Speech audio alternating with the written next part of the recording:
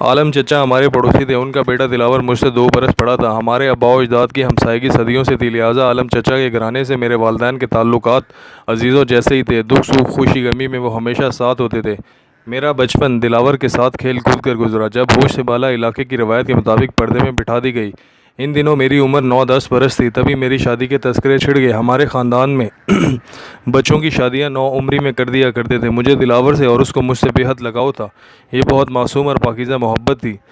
जब दिलावर को पता चला मेरी शादी हो रही है, वो उदास और मगमूम हो गया। अब हम खुलेआम नहीं मिल सकते थे। बेशक एक घर आंगन में पले हुए थे, मगर दरमियान में दीवार तो थी, और दीवार में दर्री थी जो पहले दिन रात खुली रहती थी, लेकिन बड़े होने के एहसास के साथ बुज़ुर्गों ने अब इसको बंद कर दिया था। इन दिनों मेरी उम्र 12 बरस थी जब मुझे शादी के बंधन में बांधने की तैयारी होने लगी। हमारी एक रिश्ते की फूफी अगले गाँव रहती थी। उनके बेटे अज़हर से मेरी शादी तय पा गई। वो काफ़ी अराजी के मालिक और ज़मींदार लोग थे, खुशहाल थे। वालिद साहब ने मेरे मुस्तकबिल को अज़हर से वाबस्ता कर दिया। ये सोच कर के खुशहाल घराने में जा रही है तो यकीनन खुश रहेगी। बचपन में जब दुल्हनों को बना सवरा देखती तो जी में उमंग जती कि मैं भी दुल्हन बन जाऊं, गहने पहनूं, चमकीले मलबूसात में चांद जैसे लगूं। शादी का तस्वुर इससे आगे मेरे लिए कुछ ना था। अपनी शादी होने लगी तो वो बचपन का एहसास दब गया, क्योंकि अपनों से जुदाई और दिलावर से दूरी के अंदेशों ने दिल को मुट्ठी में दबाकर इस जोर से भींचा कि दर्द की लहरें रूह की गहराइयों में सिरायत करने लगीं। दिलावर की अम्मी ने मुझे बचपन में कपड़े की गुड़िया और गुड्डा बना कर दिया था। ये बहुत खूबसूरत जोड़ा था।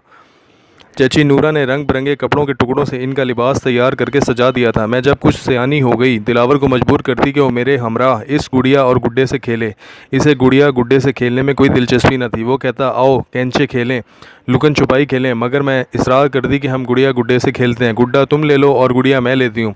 हम इनका ब्याह करेंगे बारी बारी से। कभी गुड़िया मेरी बन जाएगी, कभी तुम्हारे घर की बहू बनेगी। वो बादल नाखवास्ता महज मेरी खुशी की खातिर कुछ देर गुड़िया गुड्डे से खेलता है। बचपन बीत गया, मगर गुड़िया गुड्डे को मैंने मिट्टी की एक कोरी हांडी में छुपा कर रख दिया, जैसे कि ये मेरा ख़जाना हो।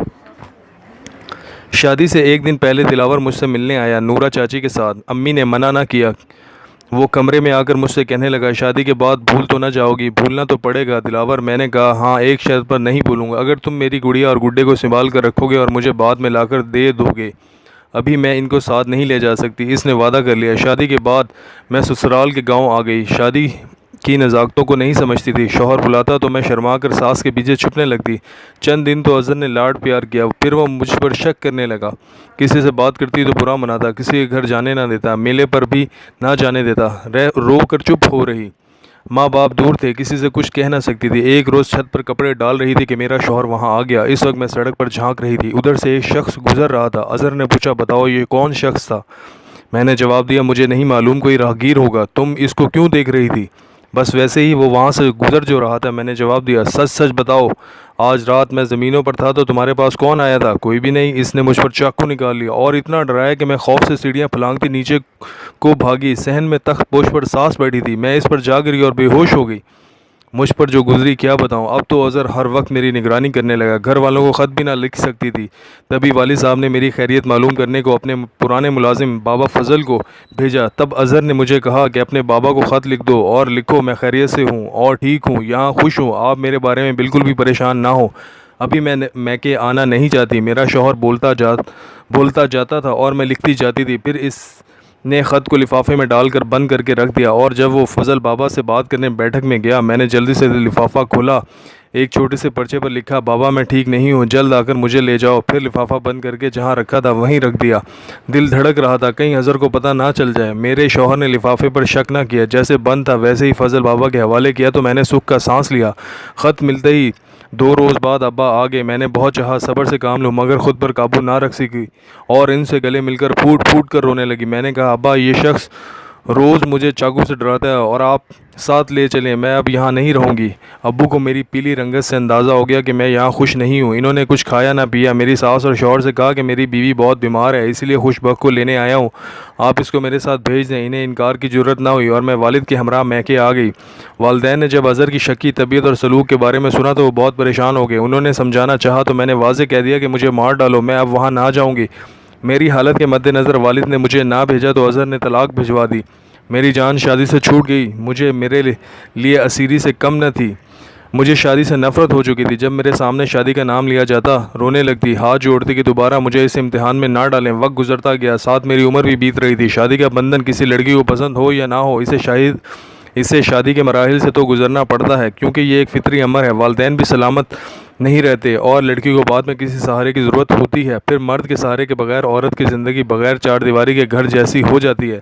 दिलावर को मेरे उजड़ जाने का दुख था, ऐसे ही जैसे कि मुझसे जुदाई का दुख इसने सहा था। वो अक्सर अपनी माँ से कहता था, माँ, अगर बख्त की शादी अज़हर की बजाय किसी और अच्छे इंसान से हो जाती तो इसको दुख ना झेलने पड़ते। एक बार तो इसकी माँ ये बात सुनकर खामोश हो गई। बिल आखिर कहना पड़ा, बेटे, तुम क्यों इसका इतना गम करते हो, और तुम को इसके साथ शादी की आरज़ू तो नहीं है? दिलावर शर्मीला लड़का था, माँ के सामने ज़बान ना खोल सका। बैसाखी के मेले में वो हमेशा कबड्डी और दीगर मुकाबलों में हिस्सा लिया करता था। इस बार भी बैसाखी के मेले में वो गया। चाची नूरा ने आकर बताया, ना जाने मेरे बेटे को क्या हो गया, अब वो किसी खेल में हिस्सा नहीं लेता। अगर दोस्तों के इसरार पर हिस्सा ले तो मुकाबला हार जाता है। अब तो इसे हारने का खौफ इस कदर है कि मुकाबले में शामिल होने का नाम भी कोई ले तो उठकर चल देता है। मैं समझ गई कि इसके दिल का चिराग बुझ चुका है। मैंने कहा, चाची, इस बार इसको समझाऊंगी तो ज़रूर हिस्सा लेगा। अगर तुम मुझे मेले में ले चलो तो चाची, सच कहती हूँ, वह जिस खेल में भी हिस्सा लेगा जीत जाएगा और अव्वल इनाम पाएगा। ये बात चाची के जी को लगी। इसने चाचा से बात की और फिर दिलावर को मुकाबले के लिए उकसाया। उसे बतलाया कि अब की बार तेरा मुकाबला देखने के लिए खुशबख्त भी मेले पर आएगी। चाचा ने मेरे अब्बा से इजाज़त ली और कहा कि मेरे घर की औरतें मेरे साथ जा रही हैं, बख्त बुझी बुझी रहती है, इसको इजाज़त दो तो मैं साथ ले जाऊँगा। अब्बा ने कहा, शर्त यह है कि मेरी जीप पर जाएगी और मेले के अंदर ना जाएंगी। ज़रा फासले पर जीप रोक लेना, ये मेला देख कर लेंगी लेकिन जीप से नहीं उतरेंगी। हम पहले भी ऐसे ही मेला देखते थे और जो गरीब इज़्ज़तदार घराने होते हैं, इनकी ख़वातीन बैलगाड़ियों में बैठी मेला देखकर लौट आती थीं। हमारी जीप ऐन कबड्डी के मैदान के सामने रुक गई। यहाँ से कबड्डी का मंजर साफ दिखाई देता था। जब दिलावर की बारी आई तो इसकी निगाह जीप पर और फिर मुझ पर पड़ी। मैंने पर्दे में चेहरा लपेट रखा था, सिर्फ आंखें नज़र आ रही थी। इन निगाहों को इसने झलक में पहचान लिया तो बिजली की तेज़ी इसके बदन में भर गई और उसने आनन फानन मुकाबला जीत लिया। चारों जानिब दिलावर के नाम की सदा वाह वाह के साथ गूंज रही थी। तभी चाचा ने जीप चला दी। अब दूसरी जानिब हमने मेला देखना था, जहां सर्कस लगा था। हम अंदर ना जा सकते थे, बस बाहर से ही मेले की रौनक देखकर लौट आए।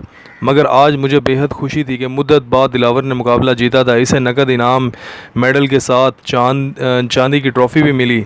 अगले रोज़ चाची नूरा आ गई। वो बेहद खुश थी। कहने लगी, बेटी, तुमने सच कहा था, तेरी मौजूदगी के एहसास ने मेरे बेटे के मुर्दा दिल को ज़िंदा कर दिया। वो अपनी कामयाबी पर बहुत खुश है और इसी खुशी में इसने तेरे लिए ये मिठाई भिजवाई है।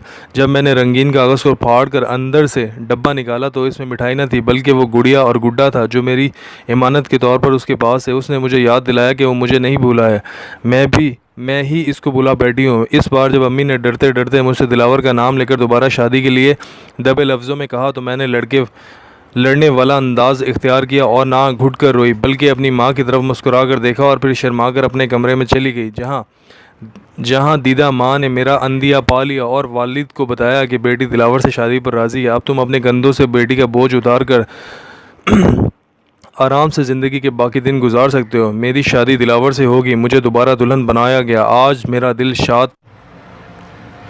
पहले जिस लफ्ज़ शादी से चिढ़ और नफ़रत थी, आज वही शादी मेरे लिए शादमानी थी। मैं सोच रही थी कि ये अजीब बंधन है, कभी तो फांसी के फंदे और गले के तोक जैसा होता है और कभी ये फूलों के सेहरे जैसा महक भरा और लतीफ़ हो जाता है। सिर्फ दिलों के मिलाप की बात है। दिल एक हों तो बदन भी राहत पाते हैं और रूह भी गोया जन्नत की फ़िज़ाओं में रहने लगती है।